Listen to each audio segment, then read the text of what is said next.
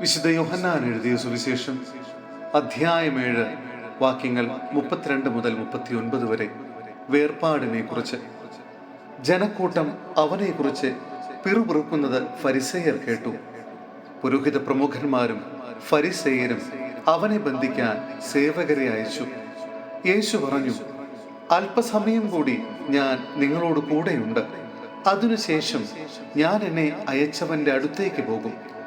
നിങ്ങൾ എന്നെ അന്വേഷിക്കും, കണ്ടെത്തുകയില്ല. ഞാൻ ആയിരിക്കുന്നിടത്ത് വരാൻ നിങ്ങൾക്ക് സാധിക്കുകയില്ല. യഹൂദർ പരസ്പരം പറഞ്ഞു, നമുക്ക് കണ്ടെത്താൻ കഴിയാത്ത വിധം എവിടേക്കാണ് അവൻ പോവുക?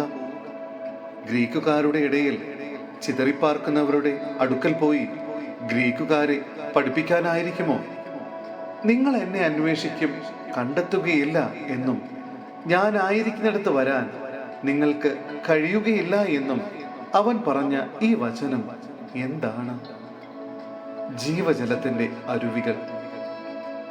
തിരുനാളിന്റെ അവസാനത്തെ മഹാദിനത്തിൽ യേശു എഴുന്നേറ്റ് നിന്ന് ശബ്ദമുയർത്തി പറഞ്ഞു, ആർക്കെങ്കിലും ദാഹിക്കുന്നെങ്കിൽ അവൻ എൻ്റെ അടുക്കൽ വന്ന് കുടിക്കട്ടെ. എന്നിൽ വിശ്വസിക്കുന്നവന്റെ ഹൃദയത്തിൽ നിന്ന് വിശുദ്ധ ലിഖിതം പ്രസ്താവിക്കുന്നത് പോലെ ജീവജലത്തിന്റെ അരുവികൾ ഒഴുകും. അവൻ ഇത് പറഞ്ഞത് തന്നിൽ വിശ്വസിക്കുന്നവർ സ്വീകരിക്കാനിരിക്കുന്ന ആത്മാവിനെ പറ്റിയാണ്. അതുവരെയും ആത്മാവ് നൽകപ്പെട്ടിട്ടില്ലായിരുന്നു. എന്തെന്നാൽ യേശു അതുവരെയും മഹത്വീകരിക്കപ്പെട്ടിരുന്നില്ല.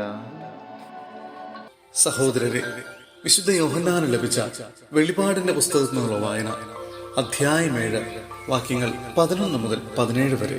വിശുദ്ധരുടെ പ്രതിഫലം.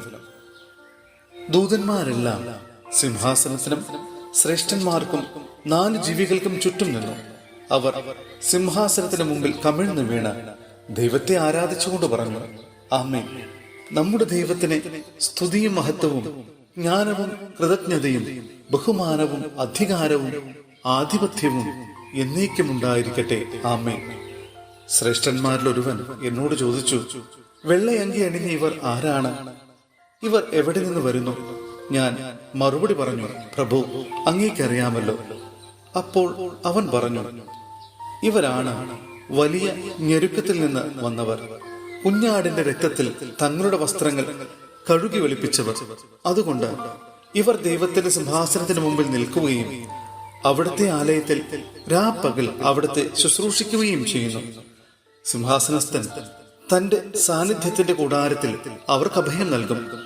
ഇനി ഒരിക്കലും അവർക്ക് വിശക്കുകയോ ദാഹിക്കുകയോ ഇല്ല. വെയിലോ ചൂടോ അവരുടെ മേൽ പതിക്കുകയില്ല. എന്തെന്നാൽ സിംഹാസന മധ്യത്തിലിരിക്കുന്ന കുഞ്ഞാട് അവരെ മേയ്ക്കുകയും ജീവജലത്തിന്റെ ഉറവകളിലേക്ക് നയിക്കുകയും ചെയ്യും. ദൈവം അവരുടെ കണ്ണുകളിൽ നിന്ന് കണ്ണീർ തുടച്ചു നീക്കും.